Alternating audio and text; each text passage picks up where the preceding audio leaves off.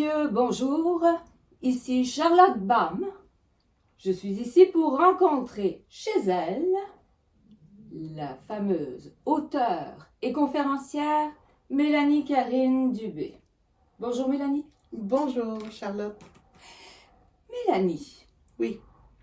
Vous avez été, pendant plus de 24 ans, enseignante de français au secondaire. Oui. En 2020, vous décidez de tout quitter. Oui. Pourquoi? Parce que ma santé ne me permettait plus. Enseigner, c'est exigeant. Et puis, j'ai vécu une grave dépression majeure et j'ai perdu beaucoup de capacités cognitives qui m'empêchent aujourd'hui d'effectuer, de réaliser cette profession-là qui me tenait tant à cœur.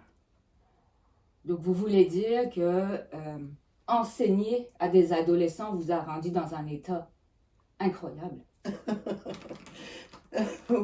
Non, c'est pas ce que je veux dire.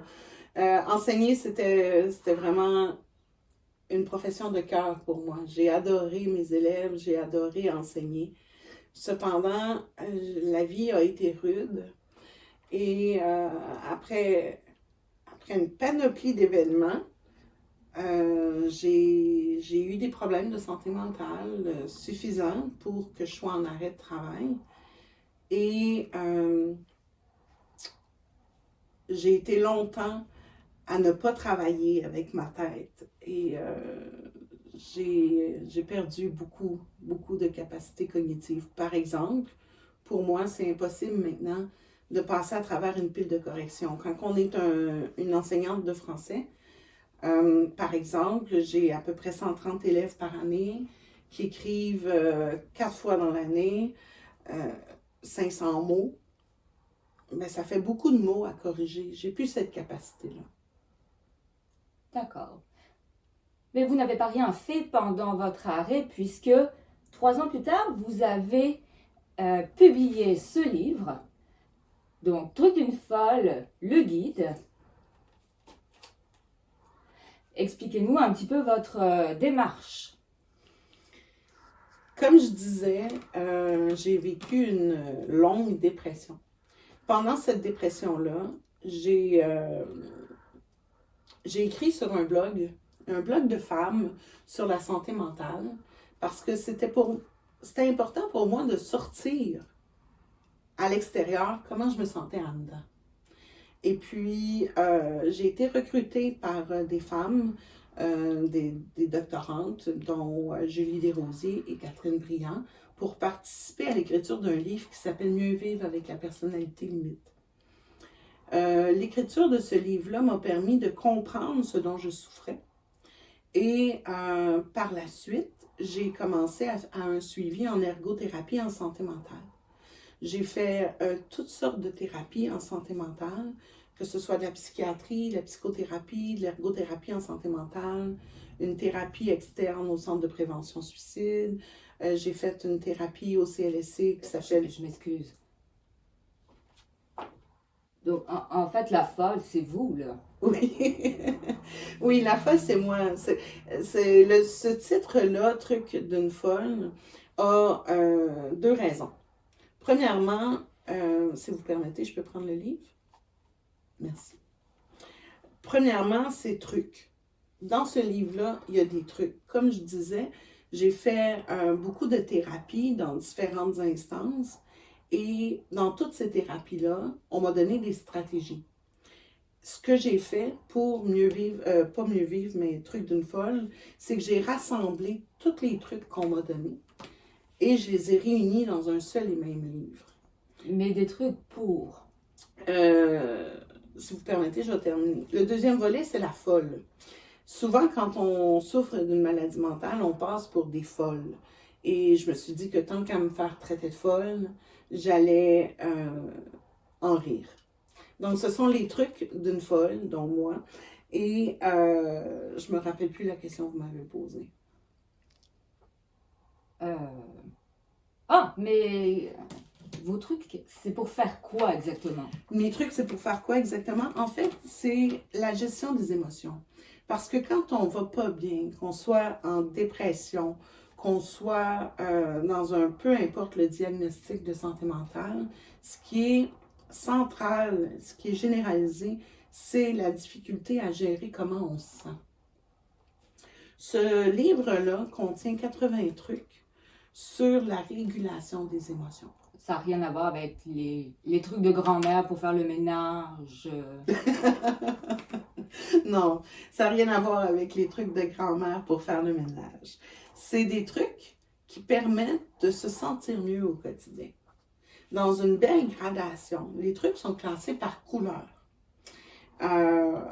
Oui, j'ai vu ça. Vous avez utilisé comme le principe d'échelle de couleurs Oui. dedans.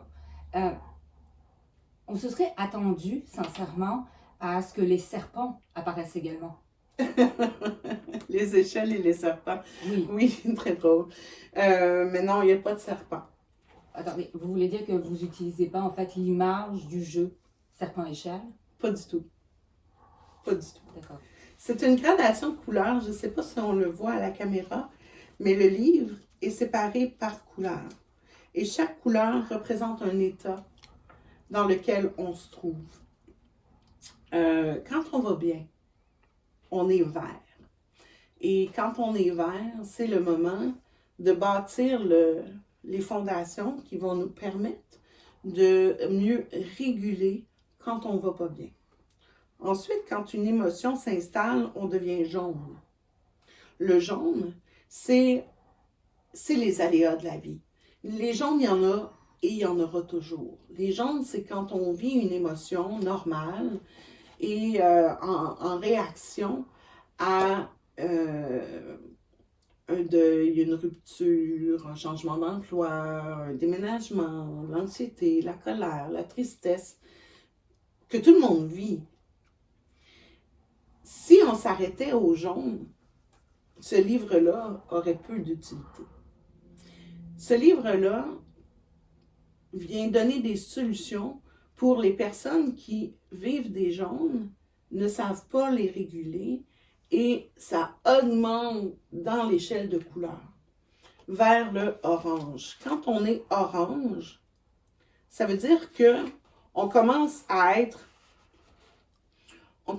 agressif, on commence à être impatient, on commence à être atteint par notre émotion. L'émotion, c'est simple, c'est normal, il faut la laisser couler.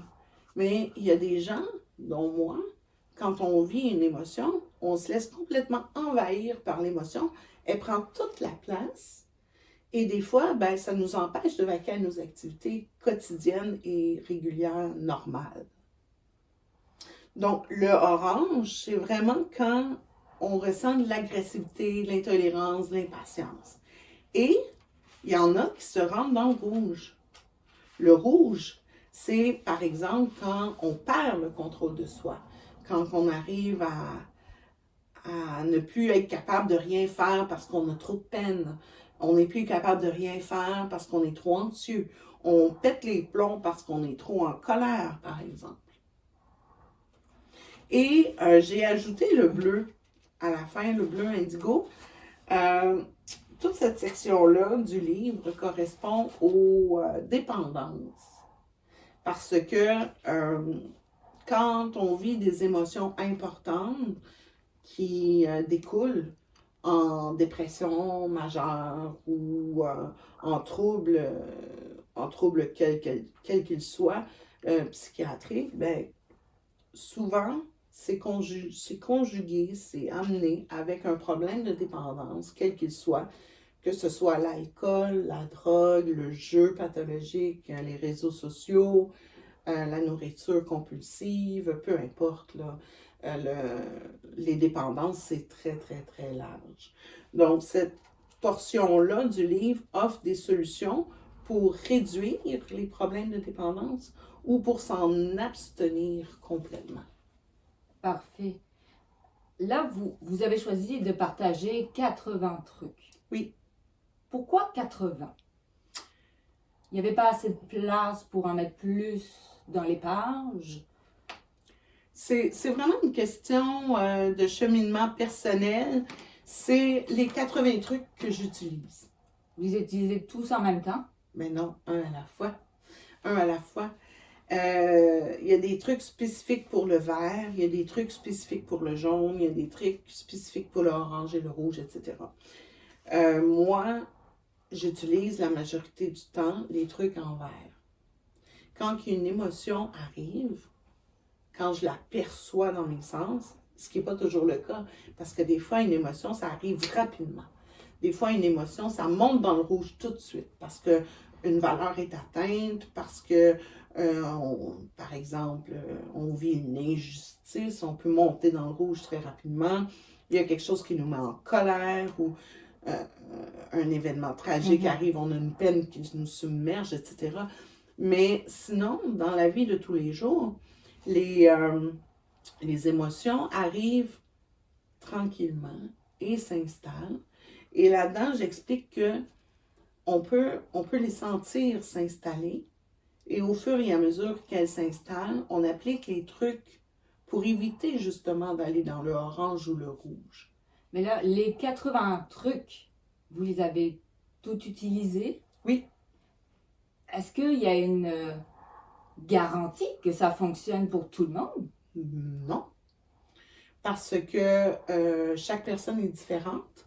Chaque personne vit les émotions d'une façon différente, à travers des expériences différentes. Ce sont des pistes de solutions. Et des fois, un truc mène à l'autre. Par exemple, j'ai un truc là-dedans, dans la section des jaunes. Oui, pouvez-vous nous donner un exemple? Oui, tout à fait. S'il vous plaît. J'ai le truc numéro 35 qui est la playlist du bonheur. C'est un spécialiste de l'université du Groningen aux Pays-Bas qui a découvert que, il s'appelle Jacob Jolige, qui a découvert que une musique, si elle répond à 3 conditions, peut baisser notre niveau de stress, notre niveau de peine, etc., et apporter du bonheur. Et ces 3 critères-là, c'est qu'il faut que ce soit des notes en gamme majeure, il faut qu'il y ait un BPM de 150 et il faut que les paroles soient positives. Si on respecte ces 3 critères-là, ben, la chanson, elle devient bénéfique pour notre morale. Donc, il existe une playlist.